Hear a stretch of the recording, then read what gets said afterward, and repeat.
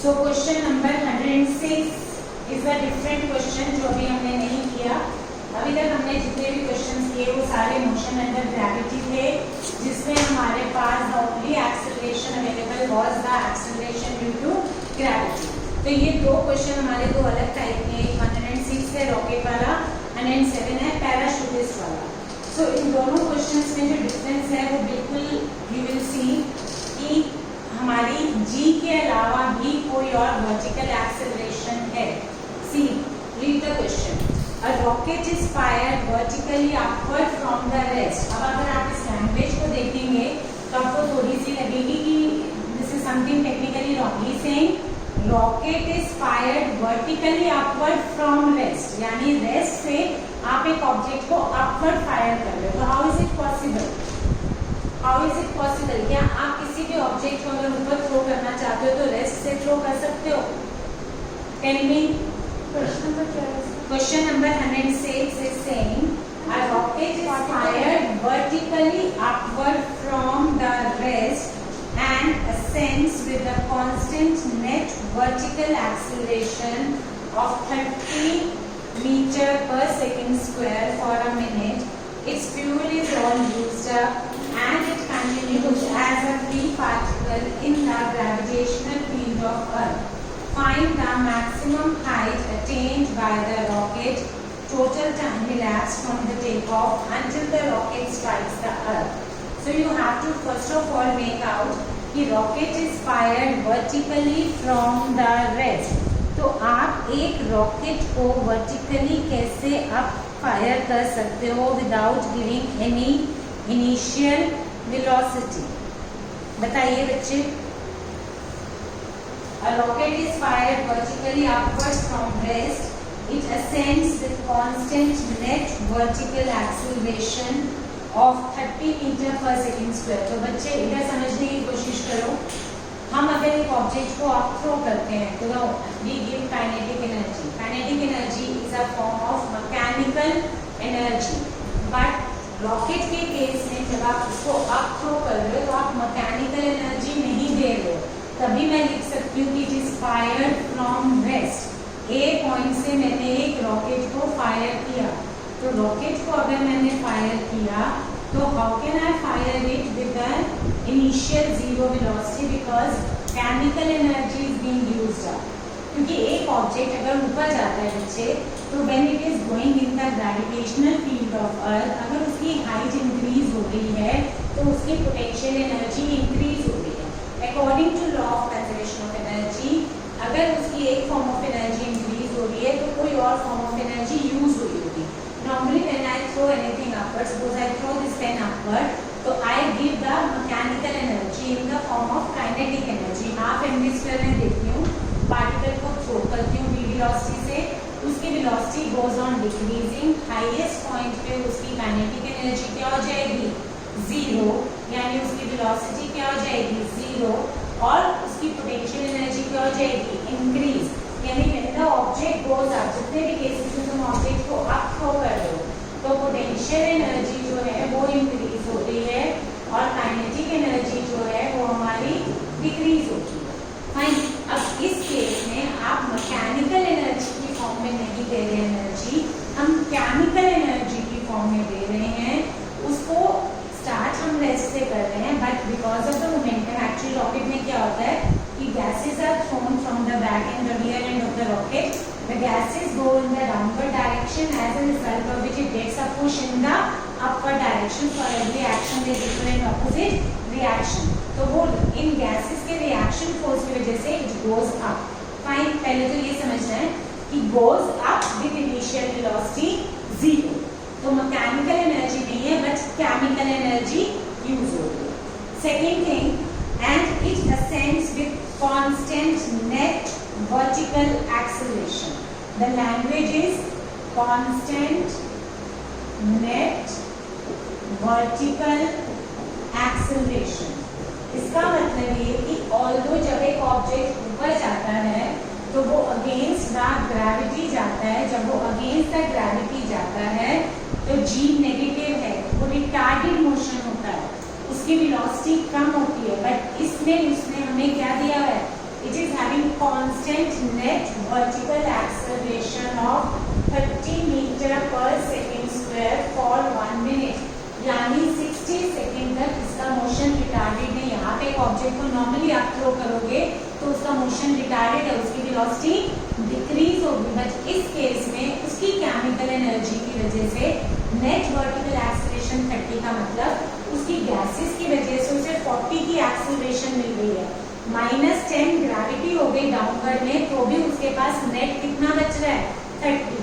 सो 30 metre पर second square तक उसका पाथ सपोज करो वो ए से सी पहुंचा 60 सेकेंड्स के लिए, 1 मिनट के लिए, इसकी एक्सेलरेशन 30 थी और ये पाथ इसका एक्सेलरेटेड था, रिटार्डेड नहीं था। Are you getting this point? And then he says after that its fuel is all used up. अब उसका फ्यूल जो है वो बिल्कुल खत्म हो गया, यानी पॉइंट सी पे आके उसका फ्यूल खत्म हो गया, बट पॉइंट सी तक आते आते उसने कोई वेलोसिटी तो गेन कर ली 30 की स्पीड से। ओवर कर लो v = u + 80। अगर 0 की स्पीड से शुरू हुआ, 30 की एक्सेलरेशन की, 60 सेकंड तक एक्सेलरेट किया, तो यहाँ पहुंचते पहुंचते 1800 वेलोसिटी हो गई। v = u + 80 करो, माइनस नहीं है, ये एक्सेलरेटेड मोशन है, रिटार्डेड नहीं है, तो यहाँ तक vc पे पहुंचते पहुंचते उसकी स्पीड हो गई 1800 मीटर पर second. Are you getting this point? AC path के लिए v = u + 80 लगाओ, तो टाइम कितना 60 सेकेंड तक के लिए मैंने उसको 30 की एक्सेलरेशन दी, तो velocity comes out to be equal to 1800 metre पर second. Now its fuel is all used up, अब इसके पास कोई भी फ्यूल नहीं है। Then it is going up, अब ये इस स्पीड की वजह से now it is in the gravitational field of earth. अब ये वही पार्टिकल हो गया जैसे हम किसी पार्टिकल को थ्रो करते हैं, तो C से लेके ऊपर तक जब तक उसकी फाइनल वेलोसिटी 0 नहीं हो जाती, C से लेके D तक उसका जो पाथ है वो रिटार्डेड है। अब इस पे जो G लग रही है वो -G लग रही है, till its final velocity becomes equal to 0. So now from C onwards it is in the gravitational field of Earth, D तक जाएगा, इसकी वेलोसिटी 0 होगी, फिर इसी वेलोसिटी से मतलब 0 वेलोसिटी से it will come back and strike the ground. Is the concept clear to you? The question says rocket is fired vertically upward. I think in assignments में शायद नहीं है, कुछ बच्चे मुझे बता रहे हैं, but then I send you the question. A rocket is fired vertically upward from the rest and descends with a constant net vertical acceleration of 30 meter per second square for a minute. Its fuel is all used up and it continues as a free particle in the gravitational field of Earth. Find the maximum height attained by the rocket. अब आप कर लेंगे maximum height attained by the rocket, AC plus CD. AC path के लिए तो आपकी क्या लगेगी? b square minus u square is equal to 2as1.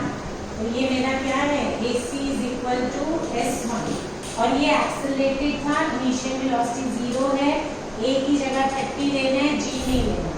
उसके बाद फिर से आप CD पाथ के लिए v square minus u square is equal to 2gh। हाँ जी,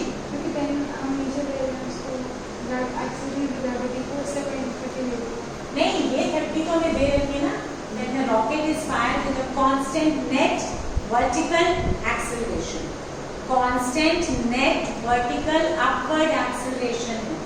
नेट वर्टिकल का मीनिंग ये कि रॉकेट की अपने केमिकल एनर्जी की वजह से उसको जो एक्सेलरेट मिल रहा है वो 40 मिल रहा होगा, बट g माइनस करके 30। हमें g नहीं लेना क्योंकि हमें ये वर्ड दिया हुआ बेटा, नेट वर्टिकल एक्सेलरेशन। तो net means taking into account gravity के बाद जो बची है वो 30 है। तो इस वाले इक्वेशन के लिए आप a की वैल्यू 30 लो, ठीक है। और BC मैंने आपको बता दिया था 1800, तो आपको S1 मिल जाएगा। Then from C to D its path is in the retarded motion। CD के लिए फिर से मैं ये इक्वेशन यूज करूंगी, BG² minus BC² is equal to -2GS2, क्योंकि ये रिटार्डेड है, A to C एक्सेलरेटेड है, C to D रिटार्डेड है। Is this point clear to you?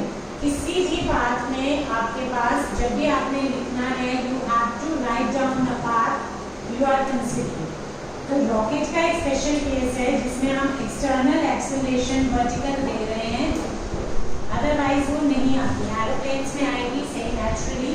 So A to C path जो है वो हमारा एक्सेलरेटेड है, रिटार्डेड नहीं है, और सी टू डी पाथ जो है वो हमारा रिटार्डेड है, like a free particle. Fine. So S1 plus S2 is the maximum height attained, and उसके बाद आपके पास जो भी निकालना है टोटल टाइम लैप्स। तो टोटल टाइम आपको A to C का, हमें टोटल टाइम 3 आएंगे बेटा। एक आएगा A to C का जो कि मुझे गिवन है 60 सेकेंड्स।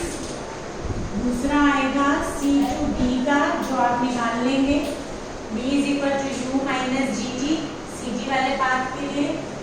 देन तीसरा टाइम आएगा D to A जो टोटल हाइट आएगी D to A उसका, ठीक है। इसकी टोटल हाइट आएगी 2,16,000 मीटर।